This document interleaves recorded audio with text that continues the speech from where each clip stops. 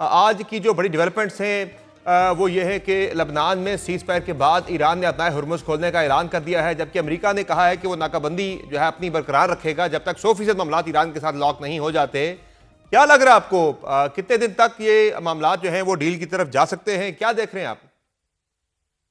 बहुत अच्छी खबरें हैं जी। क्योंकि पाकिस्तान का मतमय नज़र यही था कि इस खित्ते में जो जंग जारी है वो ख़त्म हो और अमन आए वापस, और ये जो तेल और गैस की फरहमी जो है उसमें जो रुकावटें हैं वो दूर हों। तो मैं समझता हूँ कि सिर्फ पाकिस्तान नहीं, पूरा खित्ता नहीं बल्कि पूरी दुनिया खुश है। दूसरी बड़ी खुशी की बात यह है कि ईरान और अमेरिका के दरमियान ये जो 47 साल की एक बहुत बड़ी बदगुमानी थी, आज उसका खात्मा हो रहा है। गोया ये तो एक पूरा यूं कह लें कि तारीख रकम हो रही है।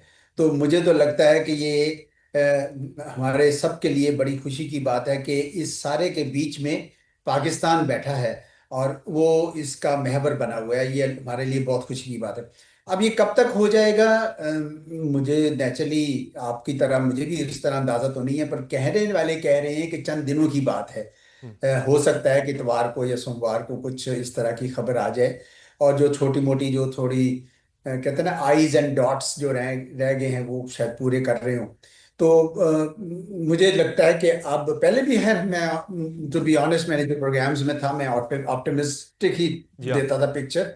मुझे यकीन था इस बात का, आपके प्रोग्राम में भी शायद मैंने यही कहा जी हाँ, होगा। आपने कई दफा बात की तो है।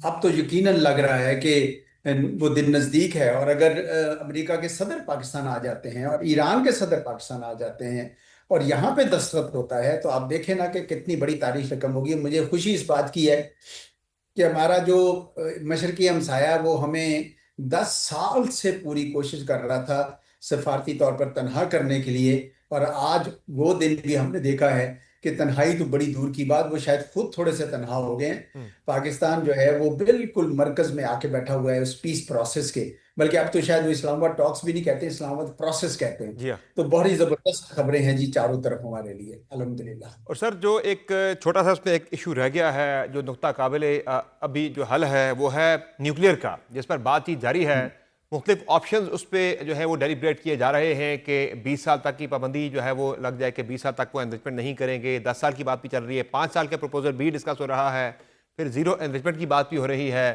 फिर जो उनका स्टॉक फाइल है वो किसी और मुल्क के अंदर मुंतकिल करने की बात भी हो रही है। जितनी लचक ईरान ने दिखाई है, स्टेट ऑफ हुर्मुज़ मुकम्मल तौर पर खोल दी है। न्यूक्लियर के वाले से भी एक बड़ी सख्त पोजीशन थी, रिजिड पोजीशन थी अमेरिकी सदर डोनाल्ड ट्रंप की। एक हफ्ता पहले वो ये कह रहे थे कि बिल्कुल इस पे तो किसी किस्म का कॉम्प्रोमाइज नहीं होगा। लग रहा है आपको कि डोनाल्ड ट्रंप जो है ईरान के न्यूक्लियर प्रोग्राम के वाले से कुछ लचक अब दिखा सकते हैं जो एक हफ्ता पहले वो दिखाने को तैयार नहीं थे? मेरे ख्याल में वो भी लचक दिखाएंगे और ईरान भी लचक दिखा रहा हम्म। है। देखना, अगर आप गौर करें तो ईरान के की दलील में वजन तो है ना, कि खाली ईरान का ही न्यूक्लियर प्रोग्राम क्यों सबको खटकता है, जबकि ईरान ने बाकायदा एनपीटी नॉन प्रोलिफरेशन ट्रीटी दस्तखत कर रखी है।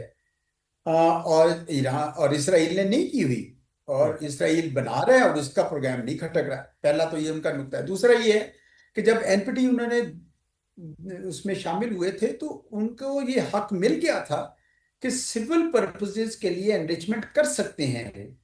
तो क्या ये हक उनसे ले लेना ये कोई यानी जायज बात है?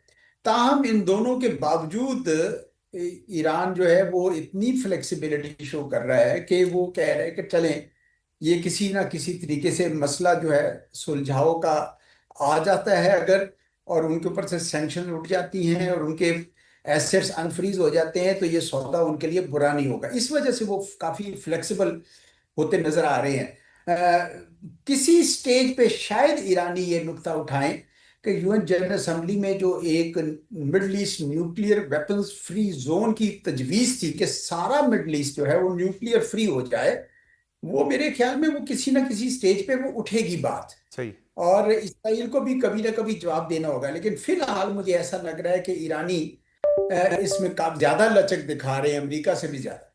और इसमें यह भी बताएगा कि जो डोनाल्ड ट्रंप साहब की तरफ से ट्वीट आया है कुछ देर पहले, एक तो उन्होंने ईरान का शुक्रिया अदा किया स्ट्रेट ऑफ हुर्मुज़ को खोलने के लिए, लेकिन साथ ही उन्होंने कुछ देर बाद एक और ट्वीट किया। उन्होंने सोशल पे अपने बयान में कहा कि जो ईरान के लिए नाकाबंदी है स्ट्रेट ऑफ हॉर्मुज की, वो बरकरार रहेगी, और जब तक 100% मामला ईरान के साथ लॉक नहीं हो जाते, इसकी आपको क्या वजह लगती है कि ईरान पे एक चेक रखा जाए कि ईरान के अंदर जो है वो कहीं से कोई असलहा वगैरह ना आ सके, ईरान को सप्लाई ना हो सके, या फिर जो ईरान के ऊपर एक प्रेशर जो है वो रखने के लिए कि वो एक डील की तरफ आ जाए? क्या वजह लग रही है आपको? यही है जो आप कह रहे हैं, दबाव है। क्योंकि डोनाल्ड ट्रंप साहब तो खुद भी चाहते हैं कि डील हो जाए। और वो आपको पता है कि हर रोज गिनते हैं कि मैंने कितनी जंगें रुकवाई। अब जब लेबनान और इसराइल का सीज फायर हुआ तो ये अमेरिका की तरफ से कंसेशन थी जी हाँ। ईरान को, क्योंकि ईरान ने कह दिया था कि जब तक वो नहीं होता हिजबुल्लाह के लिए या लेबनान के लिए हम कुछ नहीं करेंगे। तो मेरे ख्याल में उन्होंने भी आगे बढ़कर ये कदम उठाया है कि वहां पे भी सीज फायर का बंदोबस्त किया जा रहा है। तो गोया दोनों साइड्स जो हैं मुझे लगता है कि काफी तैयार हैं करने के लिए। लेकिन जो इसके अंदर रुकावटें दूर करने में हमारे फील्ड मार्शल का, हमारे वजीर आजम का जो किरदार है, वो भी तारीख ने रकम कर लिया है। और जिस मेहनत से वो गए हैं, और कल आपने देखा कि फील्ड मार्शल हमारे तकरीबन सारे ईरान के स्टेक होल्डर्स से मिले हैं। मुझे याद है हमारे जो बहुत सारे स्केप्टिक्स बैठे होते हैं टीवी चैनल्स पे, और वो बार बार कह रहे थे वो देखें जी कोई मुश्किल आ गई है, तभी तो उनका क्याम वहां पे लंबा हो गया है। और जी मैं आपको बताऊं कि आईएसपीआर और ईरान की सियासी क्यादत एक पेज पर नहीं है, वगैरह वगैरह, जितनी क्या सराहियां कर सकते थे वो कर रहे थे। हालांकि ये आप देखें कि उनकी इज्जत सारी तरफ से की गई, पाकिस्तान के फील्ड मार्शल की, और उनकी मौजूदगी में ये अनाउंसमेंट की गई। इसका साफ नजर आ रहा है कि ईरान भी पाकिस्तान के फील्ड मार्शल की, पाकिस्तान के वजीर आजम की उतनी ही कदर कर रहा है जितनी डोनाल्ड ट्रंप साहब कर रहे हैं। या और डोनाल्ड साहब के कहने पे उनकी, आपने देखा सेक्रेटरी जो थी उसने किसी और सवाल के जवाब में रुक के उसने कहा ज़िमनन मैं ये बात जरूर कहना चाहूंगी कि हमारे सदर के लिए चूंकि बड़ी अहम है कि पाकिस्तान जो है वो बड़ा कोऑपरेटिव है, और उनके वजीर आजम भी और उनके फील्ड मार्शल भी। तो ये खबरें हमारे लिए म्यूजिक हैं जी, क्योंकि हम तो चाहते हैं, ईरान एक हमसाया है, हमने खुद बड़ा सफर किया है ईरान के साथ। अब गैस पाइपलाइन का मुआहदा 2012 में हुआ, आज 14 साल हो गए, हम उसमें से गैस नहीं ले पाए उनसे, सिर्फ इस वजह से कि सैंक्शंस लगी हुई थी। तो अब एग्जैक्टली। कुछ थोड़ी उम्मीद दी है, तो हम तो खुश होंगे नेचुरली, क्योंकि हमारा हमसाया है, उसके साथ इक्तिसादी ताल्लुकात हमें बड़ा फायदा दे सकते हैं। उसके थ्रू नॉर्थ, अगर अफगानिस्तान स्टेबल नहीं भी होता तो नॉर्थ का रास्ता जो है, जो इंडिया एक्सप्लॉइट करना चाह रहा था, वो पाकिस्तान बाय लैंड कर सकता है। तो बहुत सारे मौके मुझे तो खुलते नजर